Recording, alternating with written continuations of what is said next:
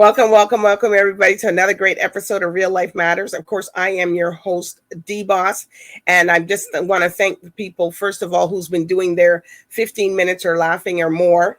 And, because it's got a lot of health benefits to laughing. And I want to thank the people who's been responding to me saying that they've been doing really well. It releases a lot of endorphins in your body. It makes you feel better. You start your day good if you start laughing. If you do 15 minutes more, more is better for you. If you have a job that's very serious, it's very important for you to do that. If you don't do it in the morning, you could do it at night or when you come in. And it's for all ages, not just adults and the mature crowd. It's for everybody. It also tones your abs, but you don't have to keep going. It doesn't mean that you have to stop going to the gym because, some people may have a little bit more abs than others. So yeah, and then to keep that maintained, laughing isn't just going to do that alone. So some people, they warm up their voices before their speaking engagements and stuff like that. So I just want to, don't say that you don't have anybody to laugh with, because you can always call, you could put something on and you could laugh, and then that's it. You did your routine. So we're going to hear something once from one of our sponsors, Vital Steps to Vital Health, and we'll be right back with our special guests. Welcome to your Vital Steps to Better Health. I'm Joanne James. Today we're going to talk about exercising in the sun. We all love the sun. It's been the winter. Now we want to get out into the fresh air and enjoy the great weather. However, we have to be very mindful when we're exercising in the sun. First of all, you want to protect your skin at all costs. Regardless of your background, you still need to wear a sunblock of 30 plus. Also, you want to make sure you're wearing a hat to protect your facial skin, as well as glasses to protect your eyes. Also, make sure that you hydrate as you're doing your activities. Sometimes you won't feel that you're thirsty, but in actual fact you are. So make sure you drink. Don't wait to become dehydrated first. And listen to your body. If you start feeling a little nauseous or dizzy or fatigued, that might be signs of a heat stroke. Get into the shade, sit down, and call somebody to assist you. Being out in the sun and exercising is great, but you have to be very, very, very aware of where you are, what you're doing, and make safety your top priority. I'm Joanne James, and this has been your Vital Steps to Better Health and Fitness. See you next time. Thank you, Joanne James, for that tip. Everybody, the weather's being extremely hot and stuff like that. You need to stay hydrated. Not to drink alcohol is a part of your hydration. You have to have maybe a glass of wine, a little bit of water, or whatever kind of water. If you like sparkling water, plain water, whichever one. But, a lot of people said, oh, I had 6 beers, so I had liquid. No. That's not hydration. So make sure you're drinking some waters to incorporate that. But today we're going to get right into it. We got people they haven't been on here before with their festival. It's Stonebridge, and their festival is called the Wasaga Beach Blues. So we're going to get right into it with the one of the organizers and everybody who's a part of this Wasaga Beach Blues.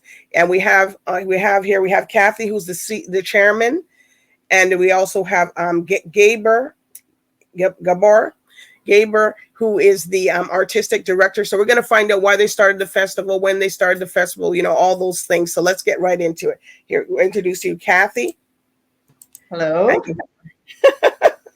How are you? I'm absolutely wonderful. Thank you for taking the time to reach out to us. That's okay. This is what I do to make sure you get enough exposure and stuff. So here at Real Life Matters, we like to know where everybody's cultural background is and where they come from. So Kathy, where do you come from?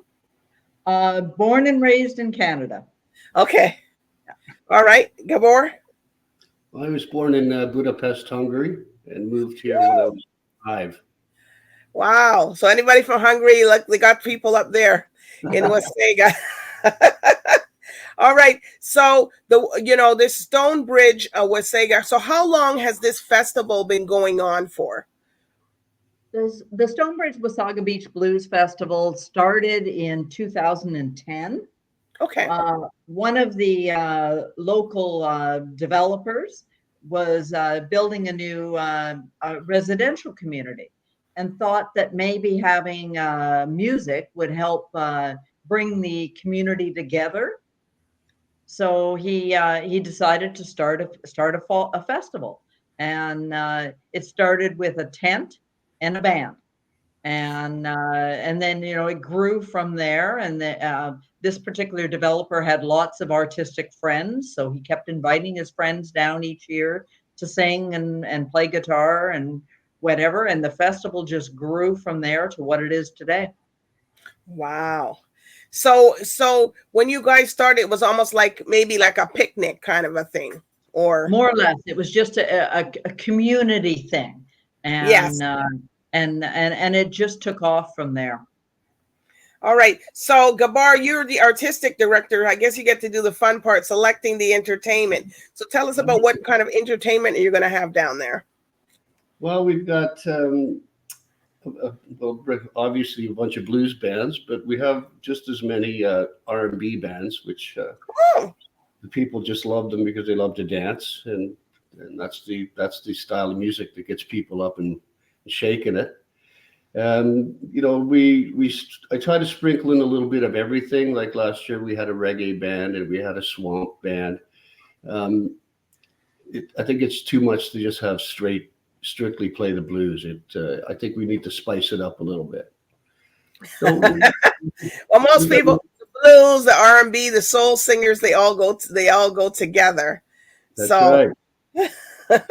So I guess you're pretty busy that day coordinating and making sure everybody is on point and who's supposed to play first, second. It's like herding cats. Yes. I know. Because so who's a part of the selection process of who plays first and second? Because everybody wants to play in the middle or the last. So how do you? Well, no, I basically I take the band and their energy level, and then I set up the order, because I want the show to start off a little mellow and I want it to end in a frenzy. So I get that great chore. I love it. Look at Kathy's like, oh, but I got the other ones. Yeah, because dealing with the entertainers and all that, it's a big task in itself, because I've dealt with people who are doing a lot of festivals and they go, oh my gosh, because they got so many requirements and requests, and you got to make sure the sound check is in, and especially if you're outside. So yeah, well, luckily I've been in the music business since I was 16. Wow. So I know a lot of musicians, so I can draw on my history. And I get to see people I haven't seen in a long time. So it's an awesome gig, So did you perform, or you were a singer too, or? Yeah, I still play. I'm a keyboard player. Okay. So your band's playing this year too? No, we played last year. Look at Kathy's like, no. I'm not allowed to book the same band 2 years in a row. Although that's good. At least you have different variety of entertainment, because some people have the same people in every single year. But it's good to have that variety, because there's a lot of people who do entertainment and sing and all that. So, yep, there's many great players out there and great singers. Many. All right. It was a decision we made many years ago to make sure that the festival was different every year. Okay. So what is your role, Kathy? What do you do? I guess you do all the... I heard the other cats. I heard the ones that make up the different committees, because not only do I look after the board of directors, because we are a not-for-profit organization. So we still need to function government-wise as a not-for-profit. Okay. But we also have a sponsorship committee. We have vendors. We have logistics that look after whether we've got all the right fencing, whether we've got the right tentage. We also have people that look after the green room for the artists. We have 75 different volunteers that work the day of. So, my job is just kind of keeping all those cats herded. I like how you guys use the term. The cats heard it. All right. So, so when you guys, you have like, what kind of food are you guys going to have serving? Because it's going to be for it's from the 3 days. So what we have on our vendors row is we have food trucks, and one that will be back from last year is Han's Beach Bites, and Han's Beach Bites serves an awful lot of different schnitzels. His big seller last year was, believe it or not, potato chips, or sorry, French fries. I mean, he just makes them all fresh from potatoes. And last year he was cutting potatoes like crazy for days. Oh my God. He must didn't want to see no potatoes when he got home. No, I'm sure he didn't want that to see anymore. And we also have a group called Jerk It Up that serve jerk chicken, oxtail stew, and other Caribbean style meals. Okay. We also have pastries and coffee trucks. We have ice cream trucks. In our VIP tent, they do appetizers in there. We also still do your standard hamburgers and things like that as well. Because you guys are right on the beach there, right? When you're doing. No, actually, surprisingly, we're not. We're set back. We're set back, and the reason for that is because in September, our weather is actually quite good. But if you end up with high winds or any rain when you're on the beach, it becomes bad really quickly. Wow. So we're set back from the beach in a place called Stonebridge Town Center, and it's several blocks up from the beach, and it protects us from the wind. Well, I guess it can get pretty windy when you, if the weather's, and then you got to hold on to your tent. You got to hold on to the music. It's a disaster. Yeah, it just makes it a little bit cleaner up our direction because we have a little bit of protection from some trees and from some buildings. So, okay. Yeah. Well, I guess you got after the years you got that figured out, so that's pretty good. Because I was wondering, instead of on the beach, what if the weather turns, it's raining or, rains for, this weather here we're having in Ontario and Toronto has been just off the chain. So you got to prepare for everything. Yeah, you can never predict weather, right? And being an outdoor festival, we've been very lucky that because this is our 12th anniversary, and we have had some rain. We've had cold weather where people have been sitting outside with blankets. We've had super hot where we have shade tents where people can go and get out of the sun. But out of the 12 years, we only ended up having to shut it down one evening. It was one Friday night that we started the evening, and 2 hours into it, we ended up shutting it down because the winds were getting too high and it was just getting dangerous. But even then, what we did is we had the artists that were on stage move over to one of the local restaurants and just told people, help yourself, go on over there. and that was Gabor. Here, get my car, get the wagon, right? Push your things. Because transporting those instruments and people is the people is bad enough, but it's the gear. Yeah, well, we've got 2 big stages, so it would be a lot of work to move that stuff. But it's a safe environment for us. The stages are they're certified and they're as safe as you can be outside. Okay, so this is an adult festival, or is it for all ages? It's all ages. We're considered family friendly. I'm going to say 90% of our audience is adults, but we do allow it to be children free under the age of 12, and some families do bring kids. And if they can behave, that's all.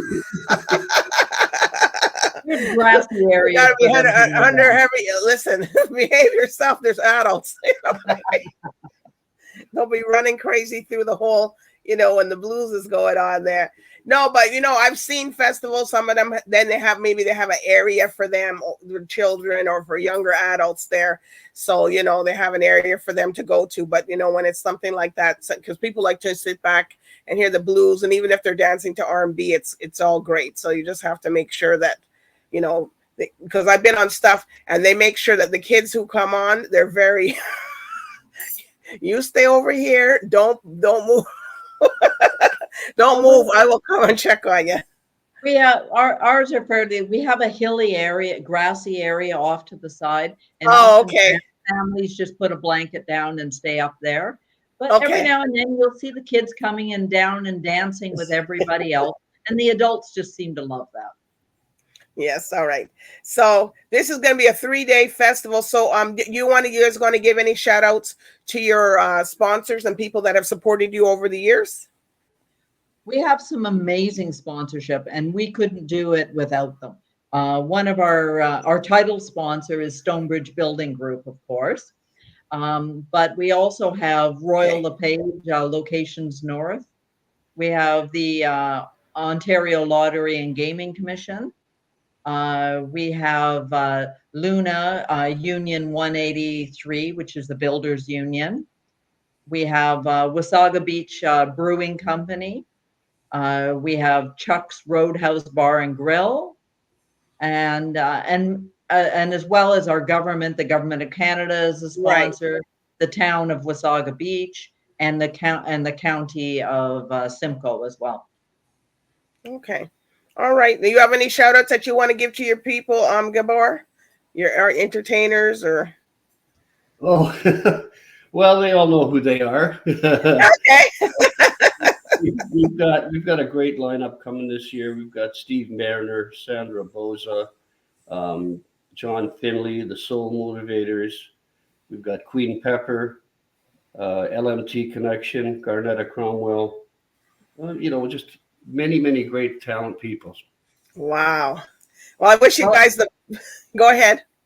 And I was just going to say, for those who don't outside of Ontario may not know some of these bands. I mean, their bios are on our website, which is fantastic. Lets you get a bit of a sneak peek into them. And let me tell you, the band LMT Connection, which is closing our festival on the Sunday night, the last time we saw them, they had a conga line running through the festival grounds. Oh my God. They're a fun band. I see you guys got your outfits laid out for every day then. All right. So, I wish you guys all the best of success for this, for the festival, and everybody come up there. It's not far for people in the GTA areas and stuff to come up there and drive. And even if you're out, because people are driving all over, and, just get in the car and get up there. So where can people find you on social medias if they have to want to get more information? You can find us on our website, www.wasagabeachblues.com. And everything you need to know is there. All the bios, if you want to volunteer, how to volunteer, as well as purchasing tickets is available on there as well. All right.